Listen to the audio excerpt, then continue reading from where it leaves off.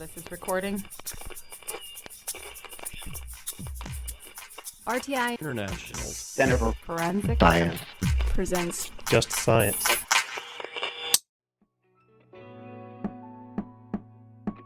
Hello and welcome to Just Science, a podcast for justice professionals and anyone interested in learning more about forensic science, innovative technology, current research, and actionable strategies to improve the criminal justice system. I'm your host today, Danya Slack, with the NIJ's Forensic Technology Center of Excellence, a program of the National Institute of Justice. This week on Just Science, we are publishing a special release episode on stress and resiliency in crime scene investigators and how agencies can prepare and train their workforce on how to handle traumatic death investigations. Here to help us with this discussion are our guests, Ashley Church and Erin West of Gap Science, a company offering training and resources for leaders in forensic disciplines. Both Ashley and Erin have really interesting backgrounds and experience as crime scene investigators and field training officers, and they will be able to provide some great insight into the topic of stress and resiliency, specifically for professionals who must investigate and process traumatic death investigation scenes. Welcome, Ashley and Erin. Hey, thanks for having us. Before we actually start talking about this really important topic, would you guys mind giving a brief background about how you guys ended up to where you are today? We can start maybe with Ashley. Sure. I always had a passion for crime scene investigation. Ever since I was about 13, I was pretty influenced by the shows like CSI and Murder, She Wrote. So I always knew it was something I wanted to get into. Using math and science to be able to solve crime is pretty cool to me. I went to the University of Central Florida and got my bachelor's in forensic science with a minor in chemistry. And while I was there, I was required to do an internship. So I did that at the Orange County Sheriff's Office in the crime scene unit. And I noticed about half of the CSIs already had their master's degrees or were pursuing their master's degrees.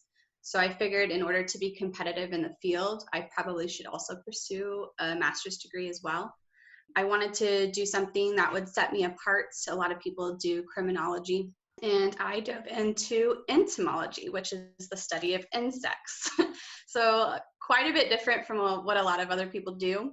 Did not study insect related to the field. It was actually the brown marmorated stink bug, but it gave me a lot of research experience. I had to supervise 2 undergraduates, and I also hosted some training programs. And from there, I dove right into crime scene investigation. I went back to the Orange County Sheriff's Office and started my career there. I gained a lot of experience in a very short amount of time. Orange County Sheriff's Office is in Orlando, Florida, so a lot of crime. After about 3 years, I went to the Osceola County Sheriff's Office they probably have about a third of the workload. And while I was there, I was able to get experience in the pre-screening DNA lab. And I also had experience as the supervisor of the crime scene unit. My husband got a job opportunity. We went into South Carolina. In South Carolina, I don't know if you're familiar, but I feel like a lot of the crime scene units are sworn. They're not civilian. So I have a civilian background. It would have required me to go into police academy in order to join the crime scene units. So instead, I decided to dive full-time into our company, Gap Science, which Erin and I started just last year, but we've been developing it for a little bit longer than that. Excellent. Thank you. And Erin, if you want to go into a little background about yourself. So my name is Erin West, and I have been in forensics now for 14 years. I started as a crime scene investigator down here in Florida, did that for a few years, started learning how to be a latent examiner while I was in that crime scene position. And then after a few years, I left and I went to become a trainer for the United States Army. So I was traveling to the different military bases where they were getting ready to deploy, and we would train them in different forensic disciplines so that they could process IED-related sites overseas. And I did that for several years, and then I was hired on by the FBI's TDAC facility, which is the Terrorist Explosive Device Analytical Center. And I was hired there as a supervisor. So I was supervising 12 technicians that were processing all those IED materials that were coming back from overseas. And then shortly after I was there, I got promoted to the deputy program manager position over the laboratory. And so I had the responsibilities of not only managing the personnel, but also, all the responsibilities that come along with managing a laboratory. So I learned a lot in that position, did that for a few years. And then I moved back down to Florida. I took a job as a latent print examiner. Then I got promoted over a forensic unit. So the forensic unit was over the crime scene unit and our DNA pre-screening laboratory. And then recently I was promoted over our latent print unit. So currently I am the latent print supervisor for the Osceola County Sheriff's Office down here in Florida. I do have a bachelor's degree in criminal justice from the University of Central Florida and a master's degree in forensic DNA and serology from the University of Florida. I am a certified crime scene analyst and a certified latent print examiner through the IAI. And like Ashley said, we are both instructors for TriTech Forensics. Ashley teaches for the CSI Academy, and we also started Gap Science about a year ago just to focus on some of the things that we really felt were missing in our own experience and our own training in the forensic disciplines. So actually, just to give some background, Ashley, Erin, and I met on a Facebook board and somehow just stumbled onto a common post. And I saw that Gap Forensics was pulling together some really interesting curricula for some webinar topics that they were thinking about putting on. And with their background, I went to their website, that they would actually be really specifically skilled at being able to discuss some of the challenges that crime scene investigators might be facing today. We're now learning from the research that crime scene investigators are actually quite susceptible to things like secondary trauma, also known as compassion fatigue. And that is really a condition that is really similar to post-traumatic stress disorder. It's very similar to PTSD. Really, some of the differences mainly lie in the fact that the trauma did not actually happen to the crime scene investigator themselves, but instead they're exposed to all of these situations and these traumatic death investigations, and it affects them in their own lives. And also they are susceptible to vicarious trauma, which is slightly different than secondary traumatic stress disorder, in that it arises from the accumulation of exposure. So that really happens when crime scene investigators seem to spend years in a career, and it kind of affects their world vision or their view of themselves and that type of thing. So to start our discussion, what are some of your experiences in being able to either be a crime scene investigator yourself and dealing with traumatic scenes? And then when it comes to leading and managing and supervising entry level or even seasoned crime scene investigators, what have some of your challenges been? It's actually really interesting to reflect back on when I was an intern and, just starting out in my training program. You have that adrenaline, you're always wanting to learn. So there definitely were scenes that come at you in that first initial exposure to crime scene investigation that are a bit shocking, but it's mostly a lot of fun. Now, as you go through the years and you're exposed to more and more crime scenes, it really starts to wear on you. I don't know if some people experience this, but the cultures that I was exposed to, the crime scene units that I was exposed to, we started developing really close bonds with the coworkers that we have, especially the people that were on our own squads. So we would, lean on them if we were going through a rough time or just really stressed out. You also kind of developed a really sick sense of humor. A lot of us cuss a lot. And so that's kind of how I feel like you first start out in the field. And then as you mentioned, when you transition to being a field training officer and when you transition to being a supervisor, you have to kind of take a step back and really assess how scenes are affecting people. And you'd be really surprised if you do hone in into those signs and symptoms. Scenes that you don't feel like would be very traumatic to you may be traumatic to someone else just based off of their life experiences.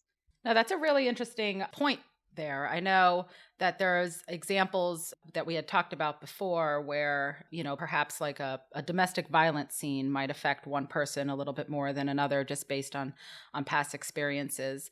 So, knowing that supervisors don't always know about people's personal lives, how have you been able to maybe recognize some of those warning signs in employees that you might not have the background in their lives, but they might be handling a scene a little bit differently?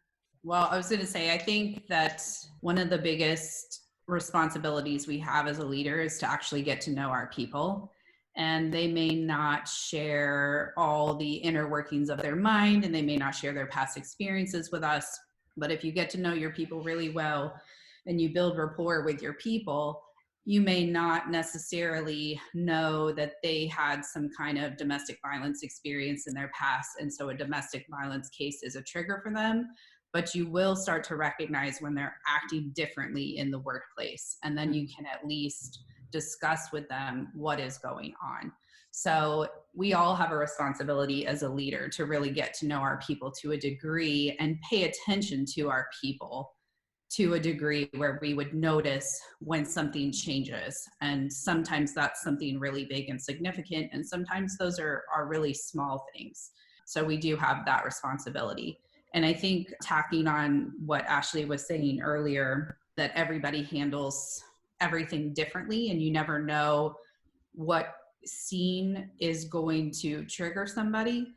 I think that as leaders, we have to recognize that our people have very different personalities. And so everybody's going to handle it very differently. So like Ashley and I, we have very different personalities, feelings wise.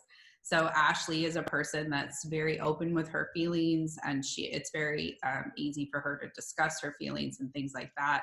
So for her, if she had a troubled scene, a scene that really bothered her, a great resource for her would be the ability to talk about it with other people and just get it out there in the open. I'm the opposite, where I just like shove everything down and I don't want to talk about the things. And so for me, it would be the opposite. If I was pushed into a circumstance where I had to share openly my feelings with the whole group, that would actually really bother me. I wouldn't want to participate in something like that. So it's a leader's responsibility to figure out the personality types of their people so that they can learn how they can best notice when something's wrong and help them work through it. So I know on that topic, you have also in some of your training, you guys go into the Myers-Briggs and learning styles and the chronotypes. If you can maybe explain how you might have implemented that as supervisors and how that has helped, because it seems that you guys were big on that aspect of soft skills or knowing each other's personalities. Yes, we love it. So that's basically like the beginning of getting to know your people. So, some supervisors I've had are very standoffish. Like, I really don't even know if they know the names of my spouse or my dogs. Like, they really don't know you that well at all. Some supervisors are very, very involved in your life. But the stuff that you talked about, like DISC and Myers-Briggs, that's like the beginning. If you haven't already figured out who your people are and who you work with, that's a great way of figuring out other people's personality types, and not just like what their personality type is, but how to interact best with them and what triggers them and sets them off, what accommodations they may need where other people may not need that. I know Erin is like super big on DISC, so she can probably go into a lot more detail on at least that. Yes, I'm very, very big on DISC. I think that DISC is something super simple that leaders can give their employees to determine general behavioral types in the workplace. And once you understand your employees' behavioral types, you can communicate with them more effectively. You can understand how they work more effectively, and you can understand how they handle things on an emotional level is typically related to their DISC personality behavioral type as well. So we actually think it's really important we include that stuff in our leadership training because, the hard skills are important, like learning how to do like stats and audits and things like that. But the soft skills are really vital, especially in areas like forensics where you have these high stress, high pressure jobs where they're going out and being exposed to really disturbing things and seeing really disturbing things. So yes, you have to know how to schedule your staff, but you also have to know how to recognize when your staff is in trouble or they're trying to communicate something to you and they don't know how. So we think those soft skills are vitally important too for leaders.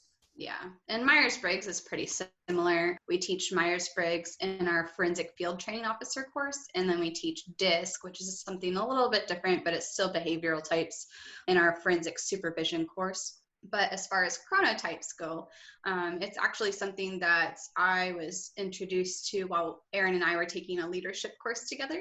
I read a book called When, I think it's by Dr. Bruss, and it talks about if you've ever, heard of people being early birds or night owls, it's kind of the same thing. So there's 4 different chronotypes. There's the bear that basically like their biological clock will wake up when the sun rises and starts getting really drowsy when the sun sets. There's the wolves, which are basically your night owls.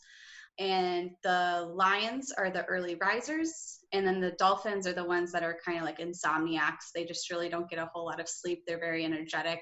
So those are the 4 different chronotypes. And the way we kind of apply that to what we do is there are some units that just have your typical 8 to 5 shifts, but there are some units that have night shifts. There are some units that have on-call shifts. So really optimizing your people's chronotypes might help their work productivity. So if you have someone that's a wolf and their productivity is very high in the evening hours, then don't have them come in at 7 in the morning because those first few hours are basically going to be very, very unproductive. And the same thing applies if you're trying to schedule staff meetings, where you want a lot of interaction. Maybe you want to talk about SOPs or how you guys want to change report writing styles. Their input might be greater, maybe in the early afternoon when work productivity is high for most of the chronotypes versus like scheduling an 8 or 9 a.m. meeting where most people are just going to be zoned out. So that's really interesting. I mean, I know that with stress and trauma that crime scene investigators and death investigators have, burnout is one of the bigger concerns, right? We have lots of casework that we do in our country and not a lot of staff to do it. And so that is interesting to kind of take that spin on, when are you most productive? Or even with personalities, who are you most productive with if you have to, work with other people in a group and whatnot? So can you kind of explain a little bit about, your experiences with stress and burnout when it comes to these types of topics? Obviously, in forensics, there is a high workload, like you said. It's a stressful workload, and you're exposed to a lot of just kind of gross and disgusting and disturbing scenes. So we have to pay attention to the fact that crime scene investigators can get really overwhelmed and eventually burnt out. But there's actually 5 causes of burnout in the workplace. And so on top of all of that, so that is one. Being overwhelmed is one of the 5 causes of burnout. And so as a leader, we have to recognize when our people are just sinking under a pile of work and do what we can to kind of alleviate some of that stress. But there's 4 other reasons that people generally burn out in any field, not only just forensics, but one is they've lost their passion for the work. And that kind of goes back to what you were talking about earlier about like compassion fatigue. And like Ashley was saying earlier, when you get in, you're really excited and then you get that grind and it's just grinding on you. And then over the years, you kind of lose that passion and love. So having, maybe a mentor that can keep you really fired up and ignited is super helpful. A lot of times bringing new employees and fresh staff in reignites the fire under the older, more seasoned people because they're so fresh and so excited about it. So that's something we have to pay attention to. Working in a toxic work environment, obviously for anybody, is a cause of burnout. That's typically related to the leaders or the leadership that's going on in the unit. So as leaders, we have to be conscious when our people are starting to shut down and not communicating with us anymore, because if they are not communicating things to us, then there's a problem, and that problem is probably related to us. So we have to evaluate ourselves to see if we're contributing to the stress of their work environment or actually helping take some of the stress away. Another cause of burnout is when people feel underappreciated. A lot of crime scene investigators get pretty poor pay for what they have to do. And in truth, there's not a lot that leaders can do about that. But leaders can take the time to give their people some rewards and recognition, time off, some coffee breaks or fun things that they can do to just show that they really are appreciated for all their hard work and everything that they're doing. And then the fifth cause of burnout is that people sometimes just get bored. And so if you have people in your units that are really high achievers, they need something, they need a challenge, they need something to keep them going. Otherwise, they will burn out on the job and eventually look for somewhere else to go. As far as like personal experience, I've never experienced the boredom burnout, at least in the agencies that we worked for. But I have experienced like the overwhelm, especially someone like me. Like I really don't enjoy having a lot of stuff pending, but it's something that you have to just get used to. And some people can't. They literally just physically can't get used to a pile of reports that are pending on their desk. And that can cause them, a lot of stress. But it's a reality. At Orange County, like I said, the workload was about 3 times higher than Osceola. And I know that it's still not even a fraction of what some of these agencies do.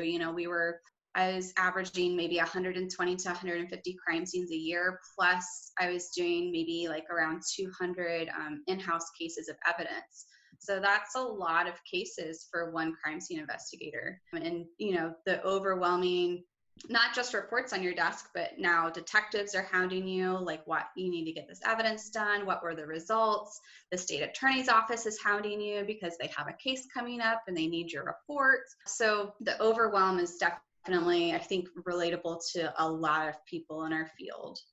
So I know we talked a little bit about burnout, and I was hoping that we could maybe talk about how do you mitigate as forensic science supervisors and leaders, being able to take those 5 factors that lead to burnout and make sure that the turnover rate is not really affected. I would say burnout is very real. I don't have any evidence to support this or research, but I feel like from what I've seen, the turnover rate is about 5 years for an investigator, especially at a really busy department. There's some departments, maybe they're just not that busy. They have like 1 case a week and that's really busy for them. I would say on average about 5 years. So as a supervisor, I went through a really unique experience where 4 out of the 5 crime scene spots were open. So we had 4 brand new people and I was a brand new supervisor.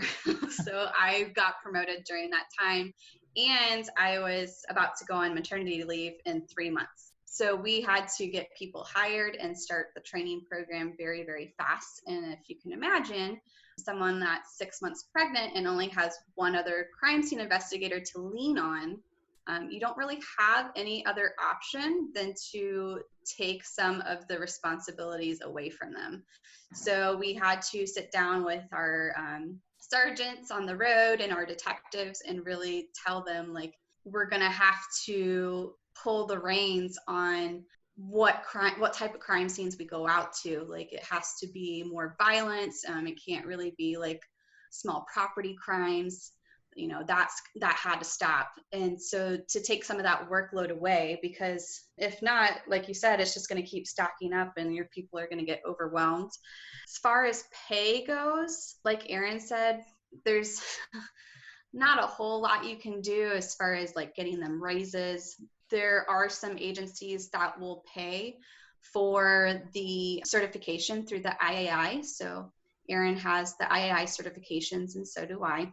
So some agencies will pay you for having that particular certification, and some won't.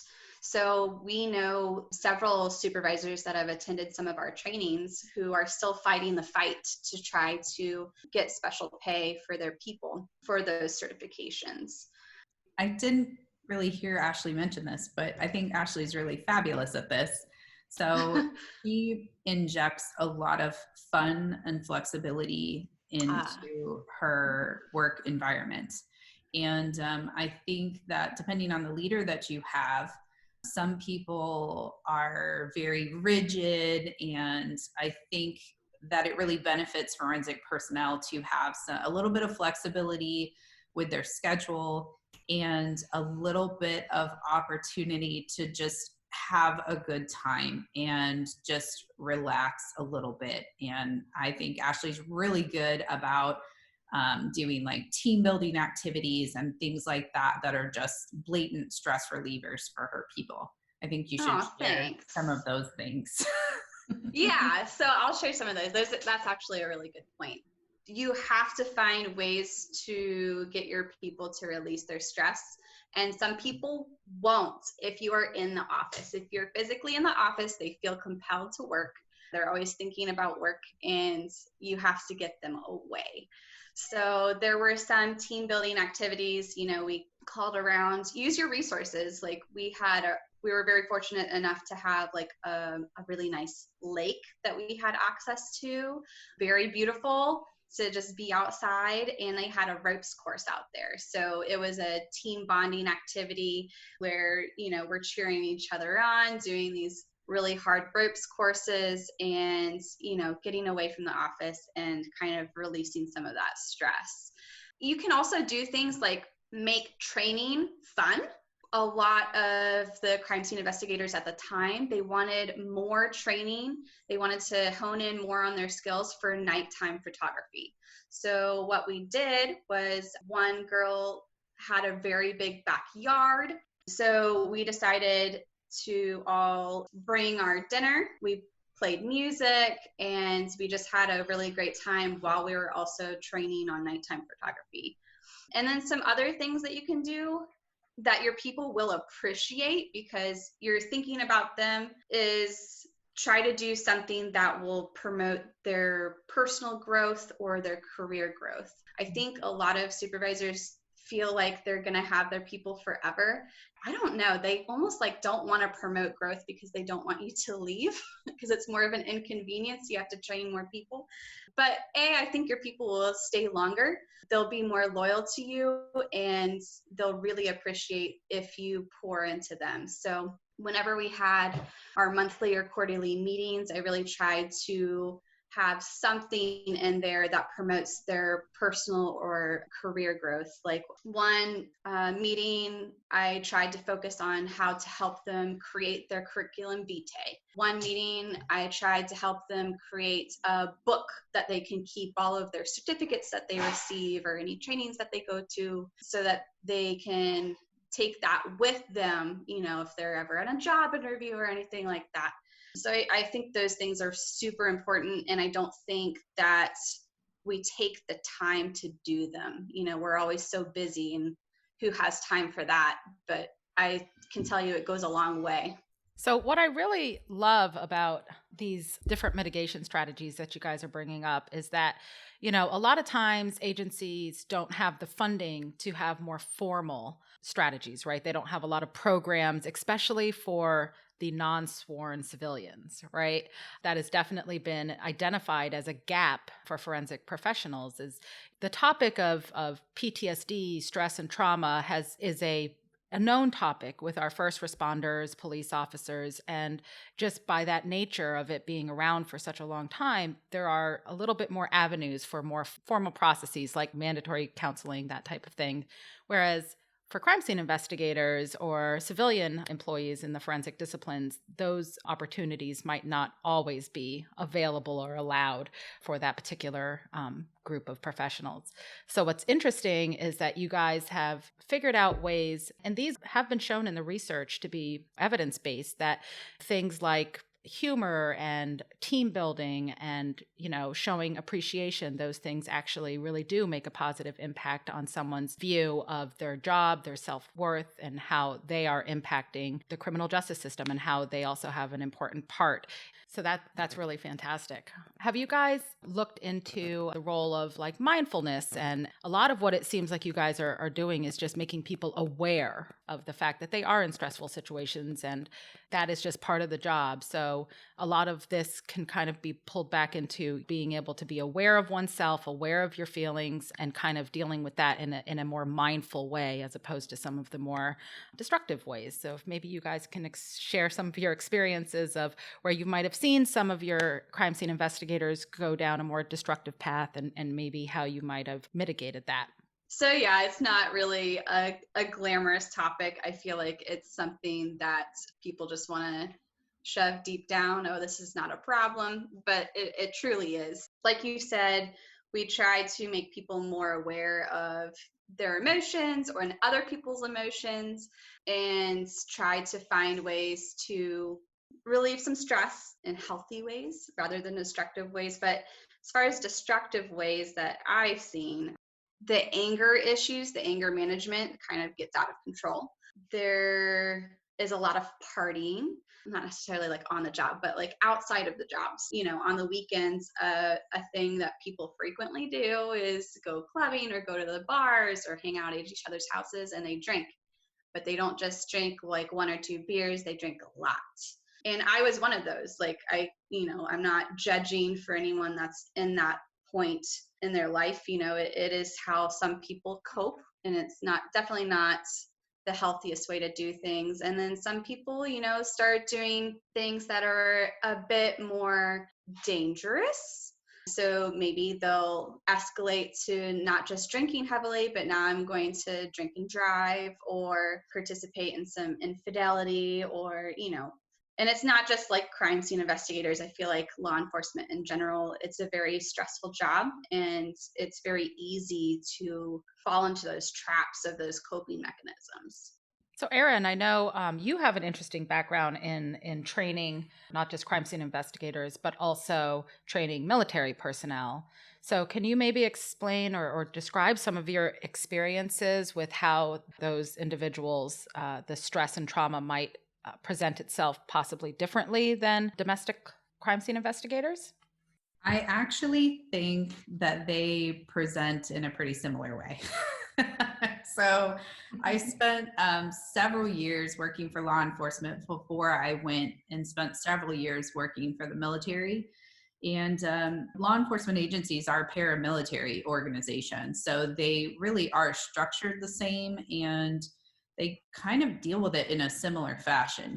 When I came into forensics, and Ashley's probably the same, it's a very much like suck it up buttercup mentality, where you are not really encouraged to talk about things that you're seeing. And it's just kind of like, well, that's how it was for us, and we always dealt with it, and now you have to deal with it too.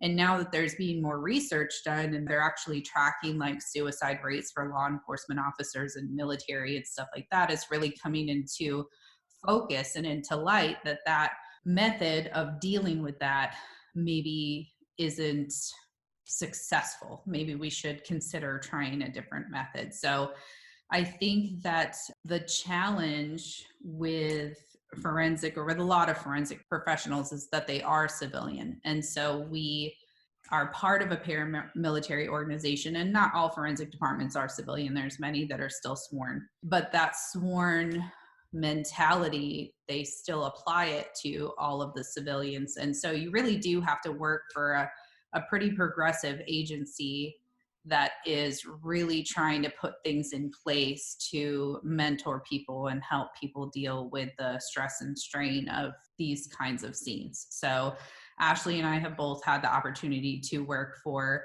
agencies where they were really proactive about that stuff and wanted to do, psych exams on staffs periodically and provide staff with mentors so that they could have confidential conversations, and extending EAP access so that people could go to more than the normal number of sessions if they needed to, or providing counseling after any major scene that was available to everybody, that everybody could attend. And we've also worked for agencies that didn't provide any of those things at all. And so unfortunately, a lot of that stuff comes from the agency that you work for. But as a supervisor, you can be conscious of those things as well, and just kind of try to help your people if those things aren't available to you. But to answer your question, I didn't actually see that huge of a difference between military and law enforcement. It is actually pretty similar. And I think they're making some efforts in some places. Like she said, some agencies are implementing maybe like an annual psych exam, but there definitely is some hesitation towards that. A lot of people feel like, if they don't pass it, they're going to lose their jobs. So they don't want to be really truthful during those sessions in fear of losing their jobs. So that's an interesting hurdle that they're still figuring out how to handle. There are some agencies that develop the mentorship programs, but as you mentioned before, I think crime scene units, especially if they're civilian, they just kind of get forgotten. Maybe not intentionally, but they're like, oh, it shouldn't be that traumatic for them, and they kind of forget, like, oh, on that homicide scene they spent 12 hours in the same room with 2 dead bodies, or they had to see a really awful baby death. And the biggest efforts that I've seen were related to the Pulse nightclub shooting. And they did a phenomenal job of providing so many resources. They had therapy dogs. You were required to go to at least like 1 or 2 sessions. And then it was like more of a group session. And they offered more individual sessions if you needed it. So that was like the biggest effort I've seen as far as like, helping people with mental health, and crime scene investigators were included in that. But there's definitely a gap. Like, we can do a little bit better. As we mentioned before, there's some scenes that people think, oh, that shouldn't be a big deal to whoever, but it is a big deal to that person. Maybe they saw something in that scene that reminded them of their childhood or some family member. So you don't get to decide what's traumatic for them and what's not. So, be able to provide those resources whenever they need them, not just really big scenes like Pulse. So it seems that with a big scene like that, because it was available to everybody and things were mandatory, there seemed to be a little bit less of a stigma involved with receiving the help. Am I correct in that assumption? I would agree. I actually didn't go inside, but we still responded to a nearby area of the Pulse nightclub before the FBI took over. And in those group sessions, people were very open. And we had first responders in our group sessions. We had the 911 operators in our sessions, and people definitely were a lot more open to share their experiences and the emotions that they went through. Yeah, and I think just tacking onto that, we talked a little bit earlier about our personality differences. And so I'm one of those people that probably wouldn't go to a session unless it was mandated. And I think that if it was mandated, especially on a major scene like that, even if you don't feel like you need it for yourself, it can definitely give you some awareness of at least what's going on with other coworkers, so you can at least pay attention to, even if you feel like you're fine, maybe when you get in a session like that, you realize that you do really want to talk about it or need to talk about it, or maybe just hearing other people's feelings about it makes you feel better. But having group sessions like that also allows you to just pay attention to how your coworkers are feeling about things as well. So I think that if you really facilitate team bonding, the team will take care of each other. And that's really important too. So Yeah. to have them just be watching out for each other. And I want to also say, for anyone that's like thinking about starting something like that, making mandatory counseling sessions, the first couple are going to be super awkward and there's probably going to be very little participation. But once it becomes more normal and less of a stigma, I do think it has a potential to work. So one thing that I wanted to discuss, just because of, right now we're recording this session during the COVID-19 pandemic, and we've all had to adapt and kind of redirect how things are really being done. I spoke to a friend of mine who's a crime scene investigator, and it's interesting in her particular jurisdiction, she saw crime rate go down, but overdoses and suicides go up. Some other jurisdictions have mentioned those same types of things going up, but also an increase in domestic violence. What has been your experience through this COVID-19 pandemic as crime scene investigators or, individuals who are training crime scene investigators? There's a similar crime trend going on where we live as well, where just general crimes have dropped pretty significantly, but those kinds of persons crimes where you're just trapped in a home with someone have increased. I think that the way people are feeling in general about COVID, our employees are feeling too. Our employees are essential employees, still having to come to work, still having to go out to crime scenes, working potentially with limited PPE, definitely exposure to the virus, and then bringing it home to their families. So they're dealing with all of that stress as well. But a lot of our staff are working from home to some degree too, which some of them love and some of them hate. And so we have to know which employees are going to be impacted by that. Like, I have a few employees right now who are very introverted, and so they just love it. They think it's the best thing ever. They could work from home for the rest of their lives. The employees that are really extroverted, they really feed off that social environment of the workplace, and so they start to feel lonely and missing that companionship. And then on top of it too, forensics is a stressful job as it is, and now you are taking that job home and it never leaves your home. So you wake up in the morning and you work on it all day, and that just kind of bleeds into your home life, maybe a lot more than it would have in the past. And so we have to, I've had to have discussions with some of my employees about actually ending their workday at a certain, like actually stopping working and being done with it for the day, because since they're home, all that time just bleeds into each other, and that can actually really increase their stress as well. With that, I would love to be able to kind of close with, if you could give a forensic supervisor any word of advice right now of, what would be the best way to help their staff deal with the issues of stress and trauma and burnout in their jobs, what would that one piece of advice be? This will probably sound cheesy since we run a training company, and we're not necessarily talking about getting training from us. But I think that a lot of supervisors and leaders step into those roles and they have no training at all. No training on, they typically, supervisors are promoted because they were really excellent at the skill sets required to do that job function.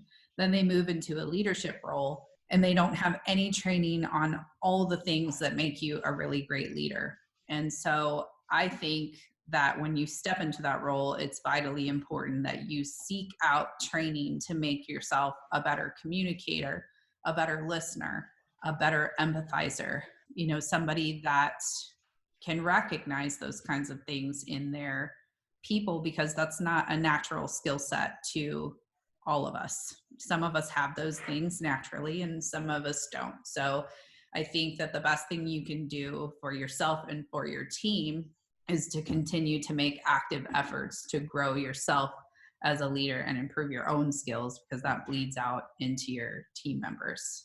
So mine's more on the touchy-feely side, because that's just the type of person that I am. So I think now more than ever, supervisors are in these positions where they're not doing the hard skills as much anymore. Like, they're at home, so they can't do a lot of the stuff that they need to be in the office for. So their primary role, which is what a supervisor should be, is to put their efforts towards their people. So this is where soft skills are super important, and they need to realize their people are people. They are not robots. And if you are not willing to start developing or increase your development in the soft skills, then step aside for someone that really needs to fill that role. Because now more than ever, like you said, in COVID, people are going through a lot. There's a lot of emotions, and your function as a supervisor should be to help your people and provide support to them. Excellent. I would like to encourage our listeners to actually seek you guys out. I've been to your website. I think that you guys have some really nice materials out there that could be really helpful, especially during these down times where people do have to work from home. So if you guys could just give the website. Yeah, if you want to see what we're all about, go to www.gapscience.com. We are also pretty active on our Facebook. Just search Gap Science. We have an Instagram and a LinkedIn account too. Again, just search @Gap Science. So with that, I would like to thank both Ashley and Erin for joining us today. Yeah, thank you so much for having us.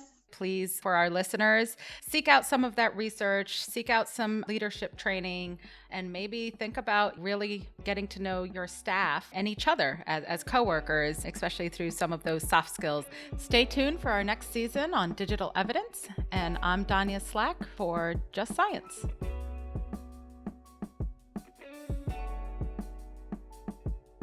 Opinions or points of views expressed in this podcast represent a consensus of the authors and do not necessarily represent the official position or policies of its funding.